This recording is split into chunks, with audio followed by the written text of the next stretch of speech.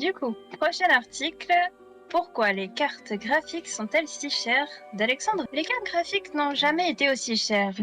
Et si récemment vous avez voulu acheter une carte graphique performante pour jouer à des jeux vidéo gourmands, ou qu'un de vos amis a eu besoin d'en acheter une, vous voudriez sûrement être attristé, savoir à quoi tout ceci est dû et comment pallier ce problème qui dure depuis un bon moment.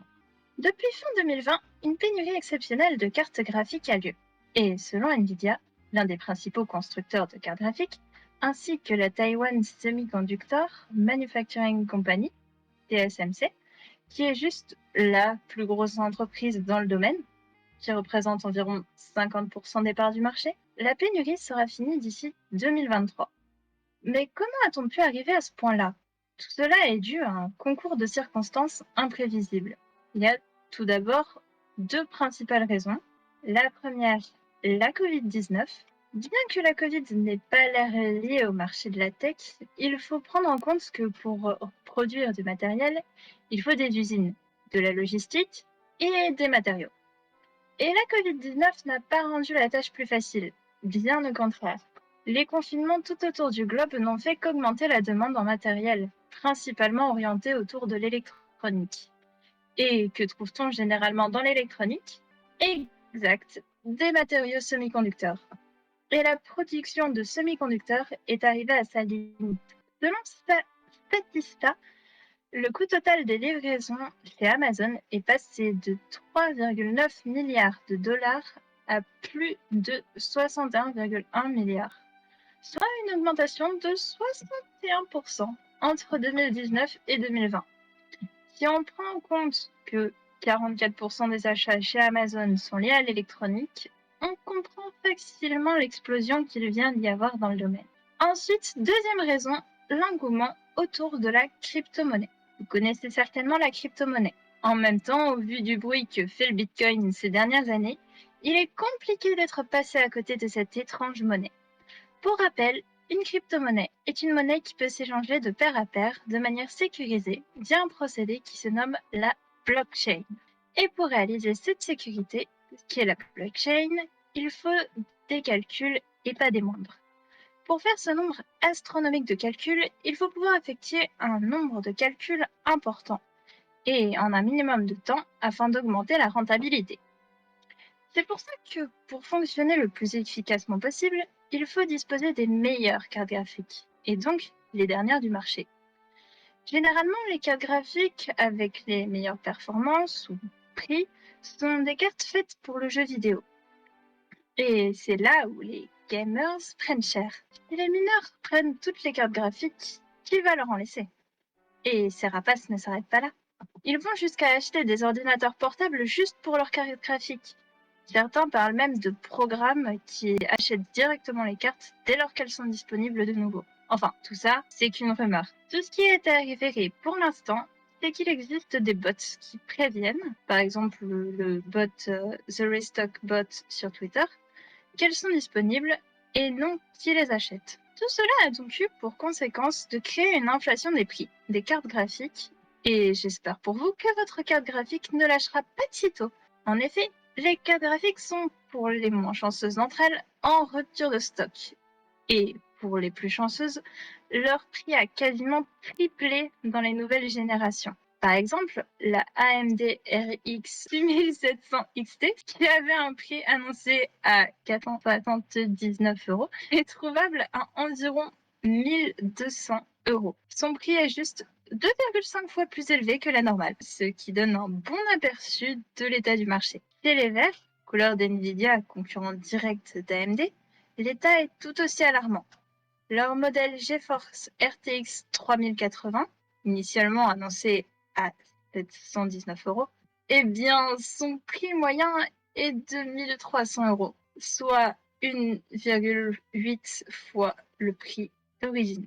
Heureusement pour vous, j'ai des solutions.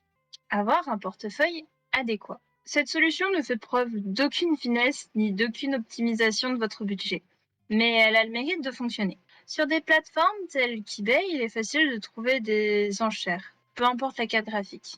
Mais tel est le principe des enchères, c'est au plus gros portefeuille que reviennent les meilleures performances. Pour une RTX 3080, donc, vous avez eu quelques chiffres plus hauts. Les prix varient de 1100 € à plus de 2400 €. Cependant, n'oubliez pas que ce n'est qu'une carte graphique et qu'elle sera sûrement dépassée d'ici quelques années. Alors, ne vous embêtez pas. Le marché de l'occasion et du reconditionné. Si vous avez lu mon article sur le précédent Logmag, alors vous vous doutiez sûrement que j'allais en parler. Mais en même temps, l'occasion est si pratique qu'il est étonnant de parfois ne pas y penser. Vous voyez la 3080 précédemment? Eh bien, faites quelques concessions sur le fait qu'elle soit neuve et vous pourrez la trouver à environ 800 €. Un peu plus que ce qui a été annoncé comme prix de départ en somme. Cependant, faites tout de même très attention à l'endroit où vous achetez votre composant. Une carte graphique, comme beaucoup de choses, peut être contrefaite. Il est donc fortement conseillé, en conséquence du prix, de prendre des sites de confiance tels que Rue du Commerce. En revanche, il ne faut pas se voiler la face, même si ce marché de niche est lui aussi touché par la pénurie, là où habituellement peu de gens s'y intéressent. La patience. Eh bien, malheureusement, c'est presque la seule chose à faire dans le reconditionné ou non. Il vous faudra attendre un bon moment et être à l'affût pour qu'une occasion se présente. C'est plutôt triste, mais il n'y a pas grand-chose d'autre à faire. Peu importe le site, peu importe la carte graphique, il n'y a rien à faire. Attendez, comment ça, il n'y a rien à faire? Comment ça, peu importe la carte graphique? Qui a dit ça? Ne pas rester sur la hype des dernières générations. On a souvent tendance à se focaliser sur la dernière génération au détriment de toutes les précédentes. Il ne faut surtout pas oublier que même la dernière génération reste tout de même très performante, et ce même pour le jeu vidéo. Certes, ce ne sont plus des foudres de guerre, mais elles pourront tout de même tenir un moment, le temps que la pénurie soit finie. On pourrait notamment citer la RTX 2060, qui reste l'une des cartes les plus abordables par rapport à sa puissance. Surtout si c'est pour le jeu vidéo dans la conjoncture actuelle. Ce n'est clairement pas exceptionnel, mais si on ne veut pas trouer notre portefeuille, cela reste l'un des meilleurs choix. Il faudra tout de même attendre et être attentif, mais si on charge bien, on peut en trouver une en moins de 10 minutes. C'est presque attristant d'avoir autant de choix, de nouveautés, d'engouement autour de certains produits, quand on ne peut même pas nous-mêmes en profiter. Et en soi, on ne peut pas blâmer non plus les constructeurs, car leur but à eux, c'est simplement de faire du profit. S'ils peuvent jouer la carte de la rareté, alors ils le feront. Et malheureusement, là où ça fait le bonheur de certains, ça peut ravager toute une communauté et même plus. Joueur de jeux vidéo ou non, en ce moment, il ne vaut mieux pas perdre sa carte graphique. Récemment, le Bitcoin était en chute libre, en espérant pour certains que cela neutralise l'engouement autour de la crypto-monnaie. Eh bien, Et c'était oui. intéressant. D'ailleurs, très bonne narration. Ah oui, Merci. oui. Mais oui, clairement, le prix des cartes graphiques a complètement dégringolé, on sait vraiment d'où ça vient. Et l'article le décrit très très bien pour ceux qui ne savent pas.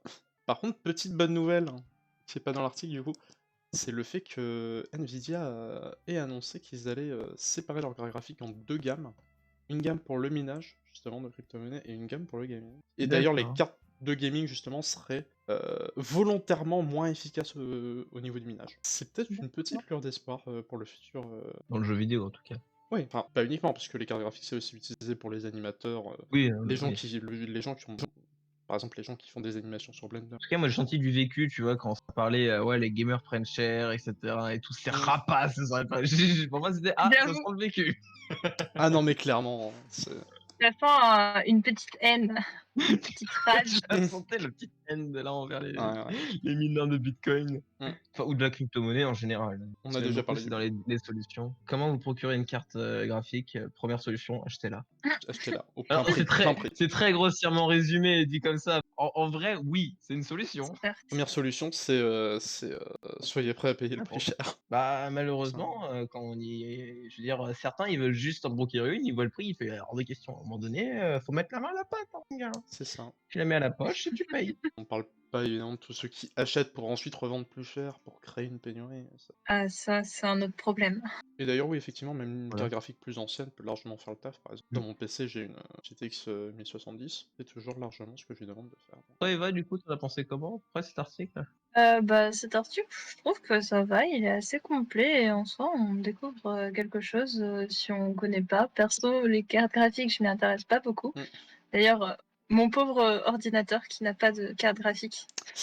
Il est dommage parce que je joue à des jeux des fois et je me dis ah yes, J'ai vécu Ah, ça. yeah. mon ordi J'ai a un vécu peu de ça à une mal, époque. mais J'ai compris que c'était grave le jour bon, où c'est j'arrivais pas plus à grave. faire tourner League of Legends. C'était quand même. Si tu veux, t'as GeoGuessr, c'est sur. Ça tourne bien, GeoGuessr. En fait, ça utilise le moteur de Google Maps. Donc, j'avoue que le jour où LoL ne tourne plus, je pense sur la question.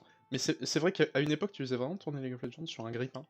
Et au bout d'un moment, ils se sont dit, on a envie que le jeu soit beau, et là, c'est la galère. Il y a eu une immense mage qui a complètement tout changé, toutes les textures. C'est moins accessible qu'avant. Non, sinon c'est vrai que moi j'étais pas trop intéressé sur les cartes graphiques et tout. Bah déjà en fait, moi je suis sur un PC portable, ce qui Hmm. fait que PC portable, j'ai pas trop à changer les composants. Ouais, t'es pas ultra Ça se concerné déroule. finalement. C'est moi j'achète l'ordinateur en l'état. Alors que Voilà, moi, si j'ai avant les envie de boules. passer sur une carte graphique dernière génération, paf, claque à 1000 balles.